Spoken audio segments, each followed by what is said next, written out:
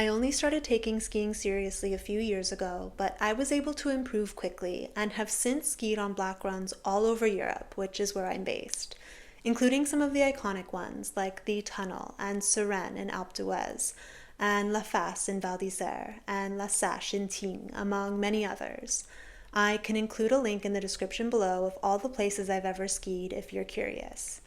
And in this video, I will go over my tips and how to best prepare if you're looking to advance into more difficult terrain and want to ski on black runs. So first, I want to go over how the difficulty of ski runs is categorized. Typically, it's based on the steepness of a slope, which can be calculated by the average gradient or by the most extreme gradient that exists anywhere on the run. And most people tend to agree that green is usually the flattest and therefore the easiest, then blue, then red if you're in Europe, then black is the hardest and usually the most steep. And sometimes a run can be categorized for difficulty based on whether or not it is groomed. If a run is not groomed, it's usually considered black or difficult. Though there are also black runs that are totally groomed or sometimes are just partially groomed. And I've also skied on blues and reds that had some sections that were not totally groomed. So, in my experience, I found that terrain varies greatly between stations and between regions and between countries.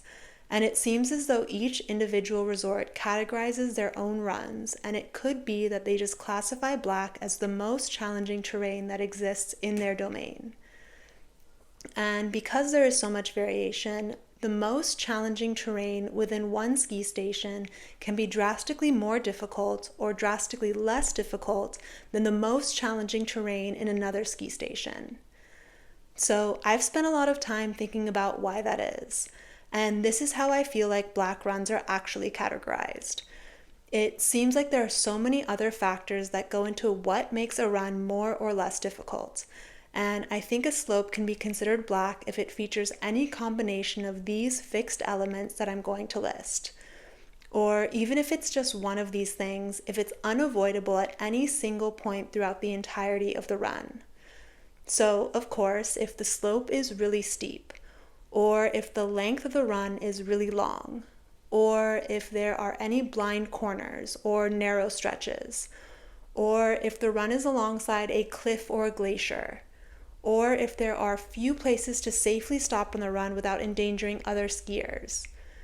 Or like I said, if there are unavoidable, ungroomed sections.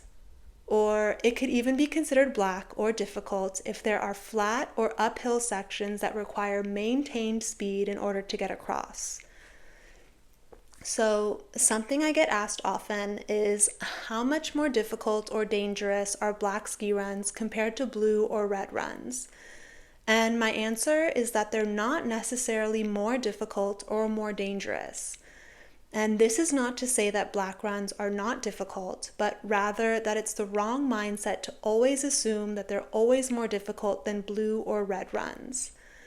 I say this because a black run on a day with great conditions can be easier than a blue run on a day with poor conditions. And additionally, blue or green runs can be more crowded with skiers who are not in control. Or if there has been considerable snowfall, a blue or green run can be heavily tracked out and significantly harder to ski than a black run that's been effortlessly skied by more advanced skiers.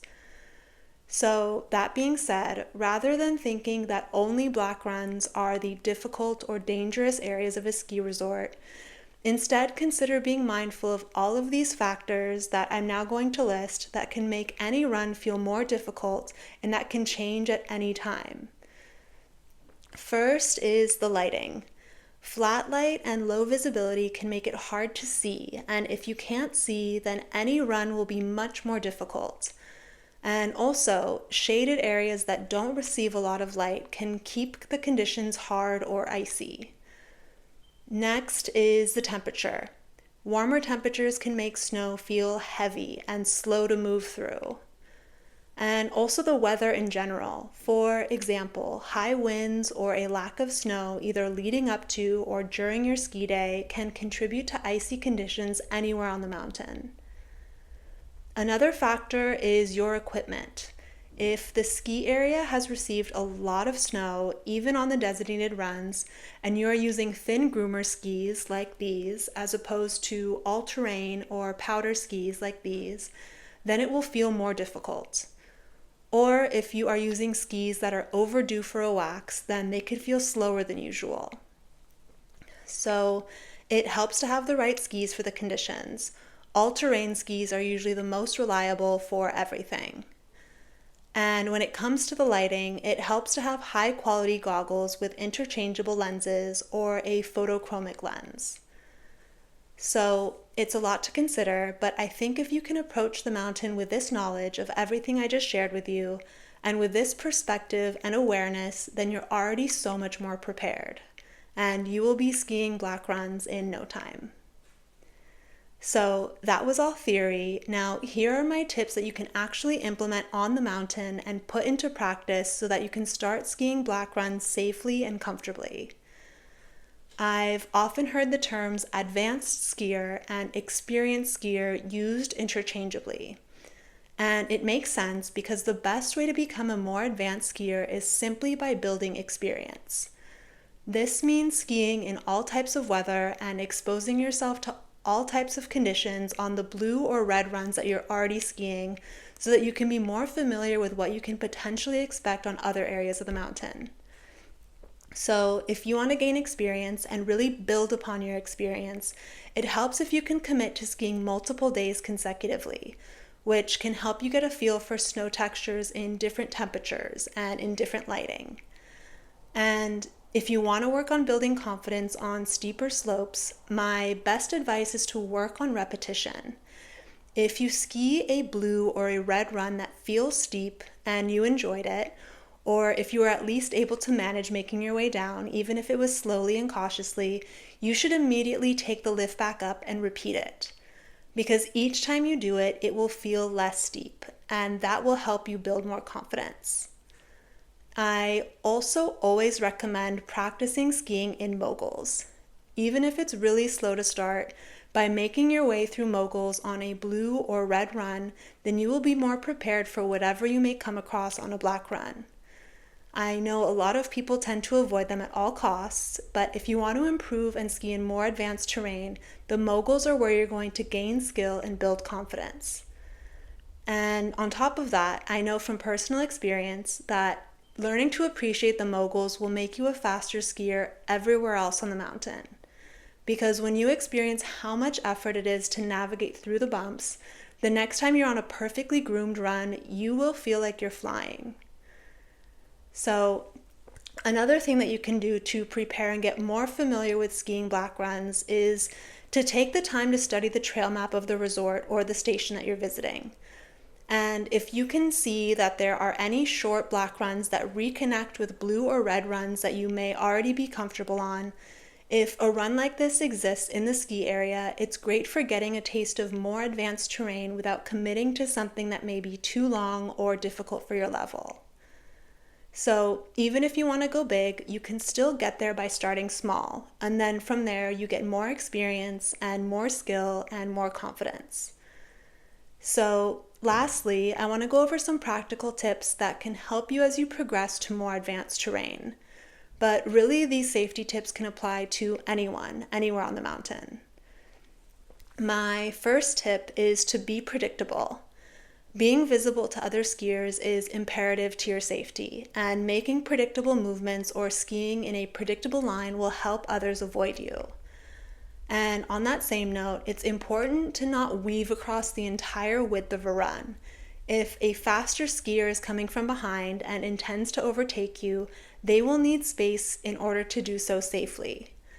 If you take up the entire piste when skiing, you offer less space for other skiers to anticipate your movements, which can create a situation that's dangerous for everyone. Also, it's important to remember not to stop behind blind corners. You should always be as visible as possible to oncoming skiers, especially on challenging terrain. And similarly, you should never stop behind a hill where you won't be visible to oncoming skiers. So, all of that to say that if you need to stop on the run, make sure that you are in a position where an oncoming skier has as much time as possible to be able to adjust accordingly to avoid you. And another tip that is helpful for anyone skiing is to stop before you get too tired. Never push yourself too hard so that you can be agile and responsive throughout and beyond the end of your ski day. Skiing tired can be dangerous, so you can avoid some bad situations by stopping when you still have a lot of energy. And my last tip is to consider taking a course or studying up on avalanche awareness. Even if you're only skiing inbounds, I think it's always helpful to be over-prepared and over-educated. And doing so can just help you become more familiar with conditions on a mountain and the terrain, and even just becoming more knowledgeable and mindful about changes in weather patterns or temperature, which can help you be a better and safer skier overall. And if you want to be a great skier, I think it really comes down to two things. The first is experience, and the second is motivation. And the fact that you're taking the time to watch videos and seek out advice and learn tips from other people that are passionate about skiing, then it's clear that you're motivated. So with that, you're already halfway there and well on your way to being able to ski down anything, whether it's a black run or eventually off-piste, or maybe on a guided tour or a trail. The options are endless. I hope that this was helpful. If you're looking to take your skiing to the next level and have any questions about something I mentioned in this video, or any questions about my personal experience skiing, then leave me a comment because I'm always happy to connect. And feel free to check out my other videos. I've posted quite a few about skiing, but my channel is really about getting out of your comfort zone and learning new skills as an adult, and about prioritizing your hobbies and not waiting for anyone else to be able to enjoy them. So if that sounds like you, then don't forget to subscribe. I wish you the best of luck as you progress to skiing more advanced terrain, and have fun out there.